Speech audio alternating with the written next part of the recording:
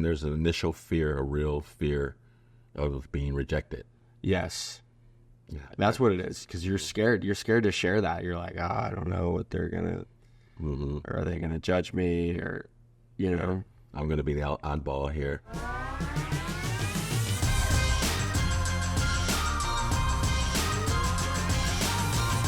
Hey, it's Harry And Carson, with the Pillars Podcast. real talk for real growth. Let's dive in. Carson, we're here again. Yeah, pleasure to be back here. Yeah, to be able to talk about some essential things that really matter for young men as they're developing into a real man. There's so many aspects that our lives touch upon that we should pay very close attention to. And one of the things we're talking about today, or the specific thing we're talking about today, is the need and the necessity or the importance of finding a community. And to have a community is essential to our life's development, and it requires us to be diligent about pursuing it and not just sitting back and, this is okay, and then stumbling into whatever community shows up. But what kind of makes up a community? How do you spell community? COMMUNITY. You know what is at the heart of community? Coming in unity. Yes. Unity. It's unity. Yeah. And community is coming together in unity. And you have to come together with some real importance, a reason to do that. And when we do that, man, like we had talked about in previous episodes, it gives us courage. It helps instill courage in us. It helps to remind us that we're on a journey. It helps us to be able to give and receive love in a way that really matters to transform our hearts and our lives. And it lets us know that there's an opportunity for us to be engaged in being responsible. Yeah.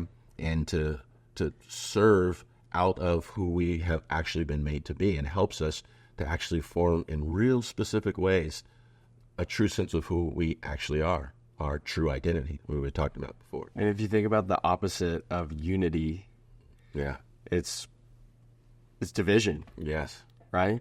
You're heading off in other directions. Who wants to have division? Yeah. It's just, there's not unity there. It's not good at all. So what are some of those things, like your community?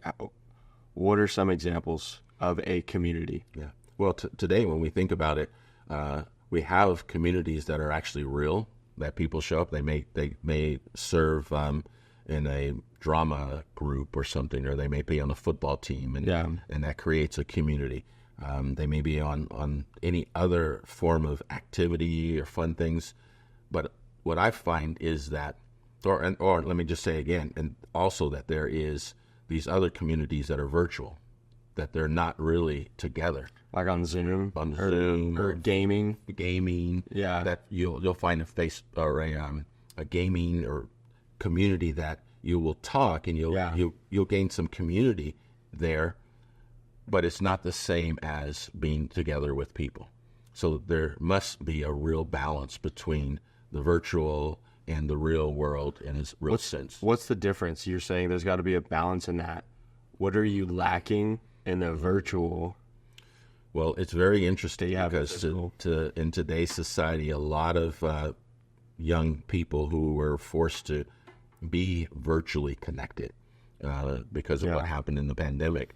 Yeah, distance learning. I see a lot of young men who are very dysregulated because they now have not formed that community.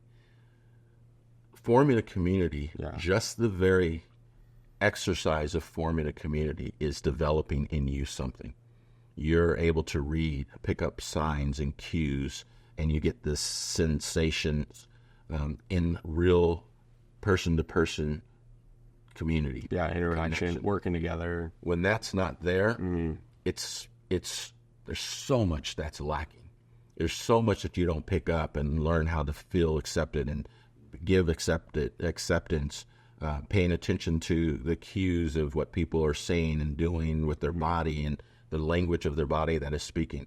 You lack that. Yeah. And so what I've discovered is that these young men who come, young women too, who come, they're unaware of that, and they feel awkward. There's just something missing. They don't know what's missing. I think of a kind of a story is in my own life. I used to never want to be involved in like any church things or, it's like I had this relationship with God, but I didn't want to participate with others. And once I started doing that, I got that sense of community, and it was so much greater. Did you find it difficult at first?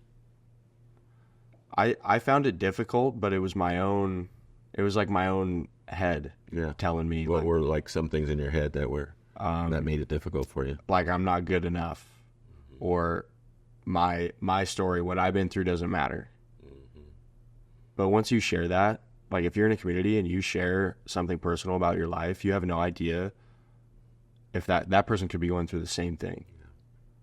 And then you develop that, there's like that relief in them after you share that, and then they can open up, and that provides such a connection and camaraderie almost, because like we're going through this together. And there's an initial fear, a real fear of being rejected. Yes. Yeah, that's what it is, because you're scared. You're scared to share that. You're like, I don't know what they're going to, or are they going to judge me, or, I'm going to be the oddball here. Yeah. That is so prevalent in why particularly young men and women who aren't in a community yet don't pursue it actively. Yeah. Because they're afraid to do that. They're afraid that they're going to be the only one who's going to be different. And that whole process of engaging in it is what you're going to start learning stuff. You're going to start learning, it does feel scary. And then, they weren't so bad. And, you know what? They laughed at a joke that I made. Well, maybe, this other guy, he's kind of interesting too. And when I talked to him, he was so glad that I showed up to be there with.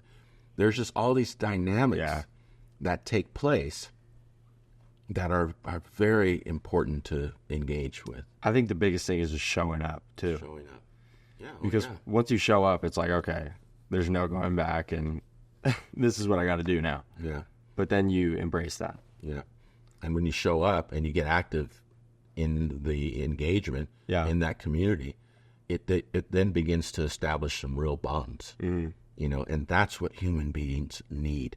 They need a bond with someone. Yeah. The lack of bonding does create all kinds of hindrances in a relationship. So we want to pay very close attention.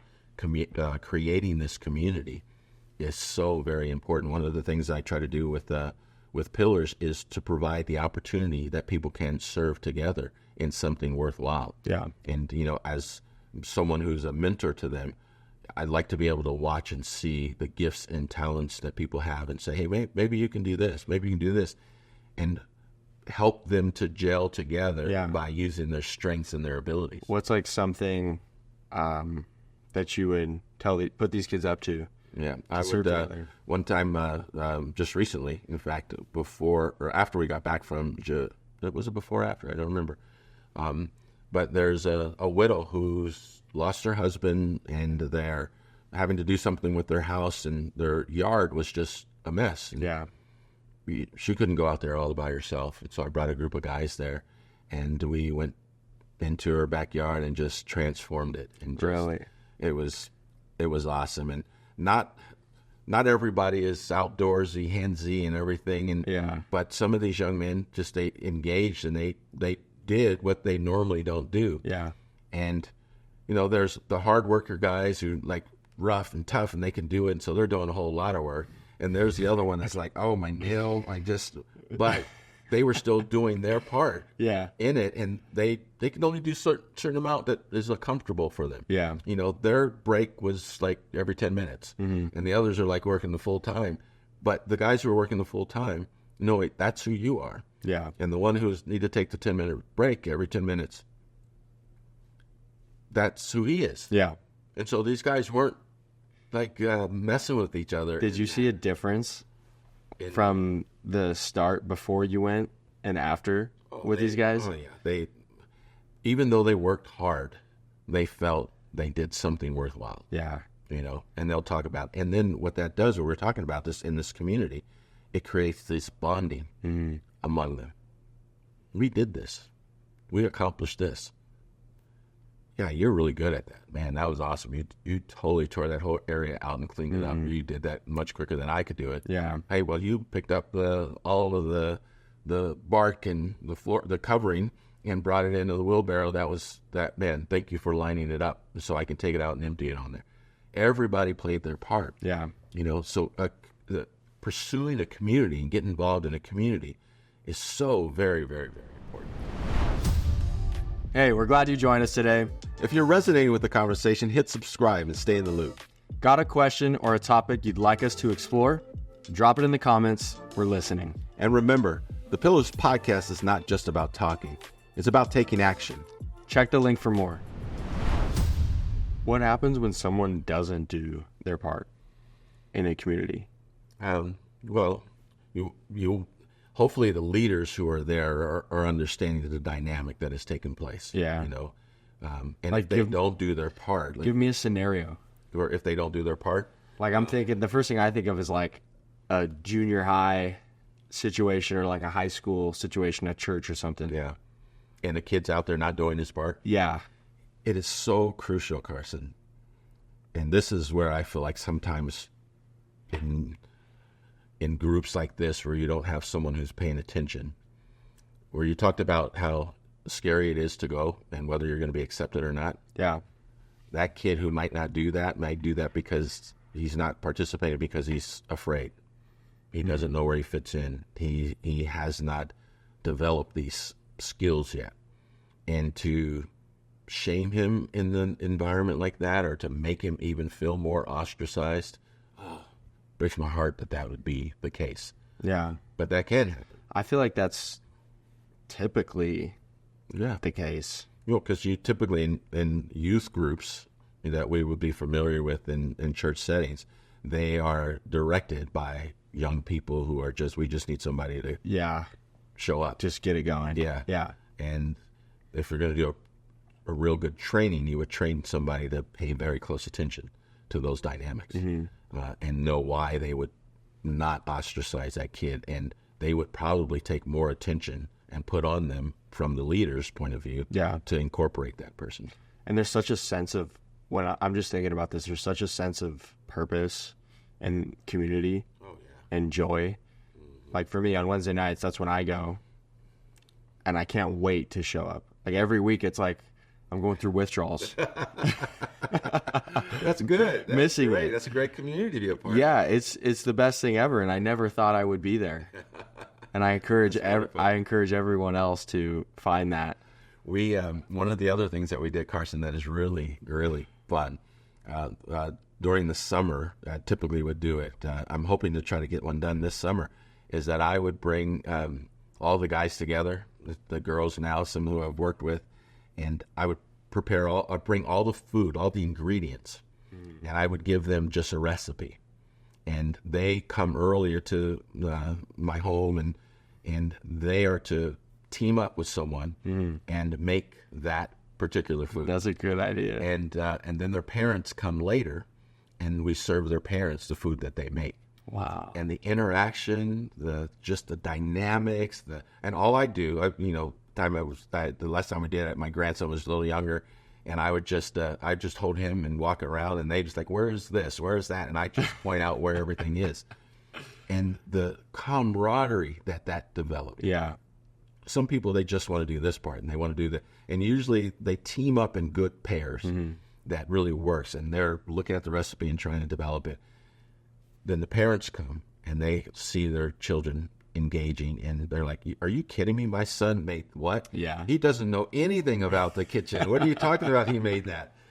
But in that setting, there's that type of community. And one of the things that I really try to do with Pillars is to create community. It's not just about one aspect of maybe counseling with people, but it's caring for them. It's guiding them in real practical areas of life so that they can develop who they really are.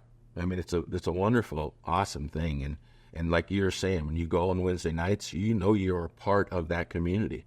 You probably are also contributing to someone else's fulfillment. Yeah. And it gives you a sense of pleasure and purpose. And it's so,